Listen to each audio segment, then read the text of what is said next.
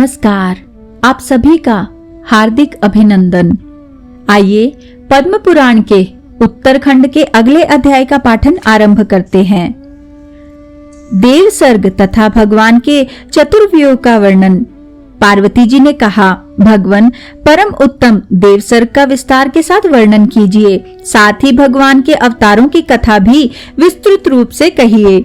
श्री महादेव जी बोले, देवी, सृष्टि की इच्छा रखने वाले भगवान मधुसूदन ने योग निद्रा को प्राप्त होकर माया के साथ चिरकाल तक रमण किया।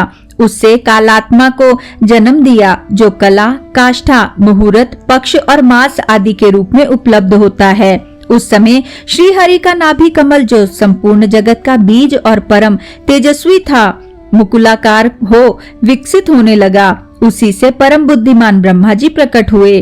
उनके मन में रजोगुण की प्रेरणा से सृष्टि की इच्छा उत्पन्न हुई। तब उन्होंने योग निद्रा में सोए हुए परमेश्वर का सत्वन किया। ब्रह्मा जी के सत्वन करने पर समस्त इंद्रियों के स्वामी परमेश्वर श्री विष्णु योग निद्रा से उठ गए।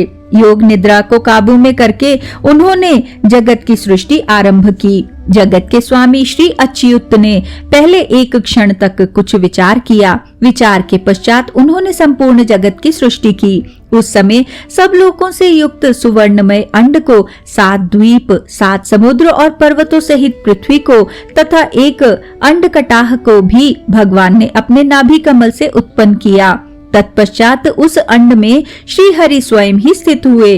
तदनंतर नारायण ने अपने मन से इच्छानुसार ध्यान किया। ध्यान के अंत में उनके ललाट से पसीने की बूंद प्रकट हुई। वह बूंद बुदबुदे के आकार में परिणत हो तत्क्षण पृथ्वी पर गिर पड़ी। पार्वती, उसी बुदबुदे से मैं उत्पन्न हूँ। उस समय रुद्राक्ष की माला और त्रिशूल हाथ में लेकर जटामय मुकुट से अलंकृत हो मैंने विनय पूर्वक देवेश्वर श्री विष्णु से पूछा, मेरे लिए क्या आज्ञा है। तब भगवान नारायण ने प्रसन्नता पूर्वक मुझसे कहा, रुद्र, तुम संसार का भयंकर संहार करने वाले होगे। इस प्रकार मैं भयंकर आकृति में जगत का संहार करने के लिए ही भगवान नारायण के श्री अंग से उत्पन्न हुआ। जनार्दन ने मुझे संहार के कार्य में नियुक्त करके पुनः अपने नेत्रों से अंधकार दूर करने वाले चंद्रमा और सूर्य को उत्पन्न किया। फिर कानों से वायु और दिशाओं को, मुख कमल से इंद्र और अग्नि को, नासिका के छिद्रों से वरुण और मित्र को, भुजाओं से साध्य और मरुद गणों सहित संपूर्ण देवताओं को, रोम कूपों से वन और औषधियों को तथा त्वचा से पर्वत, समुद्र और गाय आदि पशुओं को प्रकट किया। भगवान के मुख से ब्राह्मण, दोनों भुजाओं से क्षत्रिय, जांघों से वैश्य तथा दोनों चरणों से शूद्र जाति की उत्पत्ति हुई। इस प्रकार संपूर्ण जगत की सृष्टि करके देवेश्वर श्री कृष्ण ने उसे अचेतन रूप में स्थित देख स्वयं ही विश्व रूप से उसके भीतर प्रवेश किया। श्री हरि की शक्ति के बिना संसार हिलडुल नहीं सकता, इसलिए सनातन श्री विष्णु ही संपूर्ण जगत के प्राण हैं। वे ही अव्यक्त रूप में स्थित होने पर परमात्मा कहलाते हैं। वे षड्विध ऐश्वर्य से परिपूर्ण सनातन वासुदेव हैं। वे अपने 3 गुणों से 4 स्वरूपों में स्थित होकर जगत की सृष्टि करते हैं। प्रद्युम्न रूपधारी भगवान सब ऐश्वर्यों से युक्त हैं। वे ब्रह्मा, प्रजापति, काल तथा जीव सबके अंतर्यामी होकर सृष्टि का कार्य भली भांति सिद्ध करते हैं। महात्मा वसुदेव ने उन्हें इतिहास सहित संपूर्ण वेदों का ज्ञान प्रदान किया है। लोक पितामह ब्रह्मा जी प्रद्युम्न के ही अंश भागी हैं। वे संसार की सृष्टि और पालन भी करते हैं। भगवान अनिरुद्ध शक्ति और तेज से संपन्न हैं। वे मनुओं, राजाओं, काल तथा जीव के अंतर्यामी होकर सबका पालन करते हैं। संकर्षण महाविष्णु रूप है। उनमें विद्या और बल दोनों हैं। वे संपूर्ण भूतों के काल, रुद्र और यम के अंतर्यामी होकर जगत का संहार करते हैं। मत्स्य, कूर्म, वराह, नरसिंह, वामन, परशुराम, श्री राम, श्री कृष्ण, बुद्ध और कल्कि, ये 10 भगवान विष्णु के अवतार हैं। पार्वती, श्री हरि की उस अवस्था का वर्णन सुनो। परम श्रेष्ठ वैकुंठ लोक, विष्णु लोक, श्वेत दीप और क्षीर सागर, ये 4 व्यू में ऋषियों द्वारा बताए गए हैं। वैकुंठ लोक जल के घेरे में है। वह कारण रूप और शुभ है। उसका तेज कोटि अग्नियों के समान उदीप्त रहता है। वह संपूर्ण धर्मों से युक्त और अविनाशी है। परम धाम का जैसा लक्षण बताया गया है वैसा ही उसका भी है। नाना प्रकार के रत्नों से उद्भासित वैकुंठ नगर चंड आदि द्वारपालों और कुमुद आदि दिक्पालों से सुरक्षित है। भांति भांति की मणियों से बने हुए दिव्य ग्रहों की पंक्तियों से वह नगर घिरा हुआ है। उसकी चौड़ाई 55 योजन तथा लंबाई 1000 योजन है।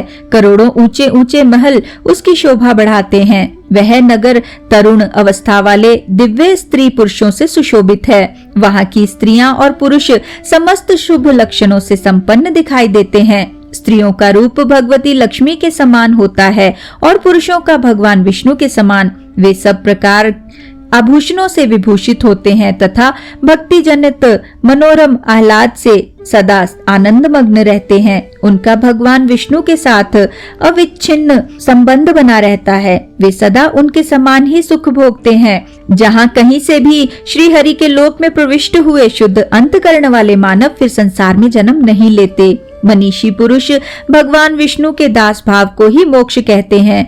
उनकी दासता का नाम बंधन नहीं है। भगवान के भक्त तो सब प्रकार के बंधनों से मुक्त और रोग शोक से रहित होते हैं। ब्रह्मलोक तक के प्राणी पुनः संसार में आकर जन्म लेते, कर्मों के बंधन में पड़ते और दुखी तथा भयभीत होते हैं। पार्वती, उन लोकों में जो फल मिलता है वह बड़ा आयास साध्य होता है। वहाँ का सुख भोग विष मिश्रित मधुर अन्न के समान है। जब पुण्य कर्मों का क्षय हो जाता है तब मनुष्य को स्वर्ग में स्थित देख देवता कुपित हो उठते हैं और उसे संसार के कर्म बंधन में डाल देते हैं। इसलिए स्वर्ग का सुख बड़े कलेश से सिद्ध होता है। वह अनित्य, कुटिल और दुख मिश्रित होता है। इसलिए योगी पुरुष उसका परित्याग कर दे। भगवान विष्णु सब दुखों की राशि का नाश करने वाले हैं, अतः सदा उनका स्मरण करना चाहिए।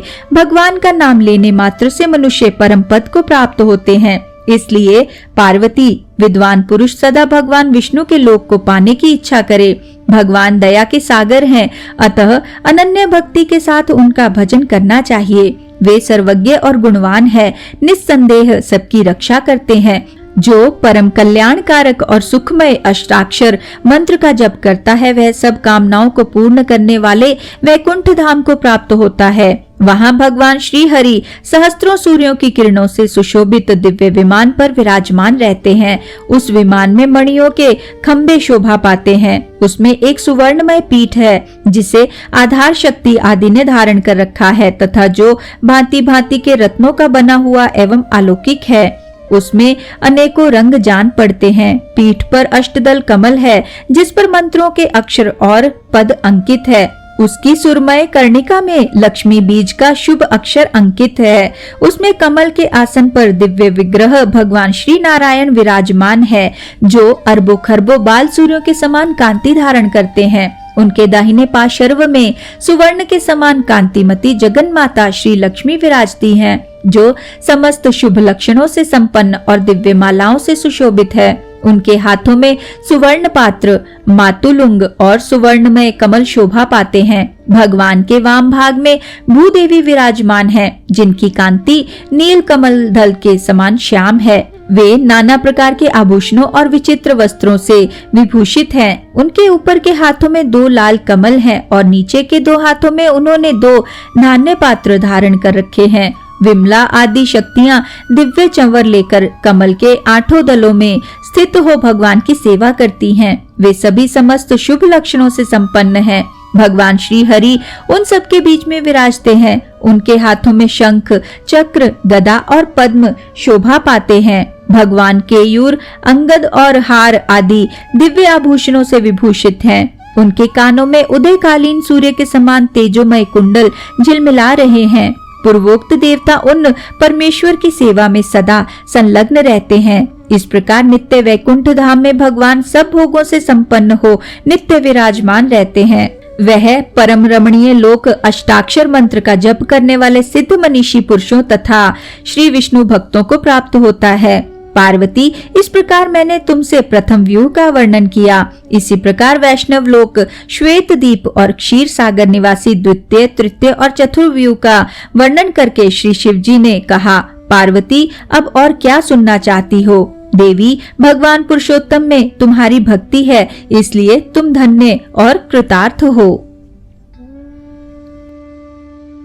इसी के साथ आज के इस सुंदर पाठन को हम यहीं पे विराम देते हैं और अगले अध्याय के पाठन के लिए हमारे साथ फिर से जुड़िएगा। आइए विष्णु जी के इस सुंदर मंत्र से आज के पाठन का समापन करते हैं। ओम नमो भगवते वासुदेवाय।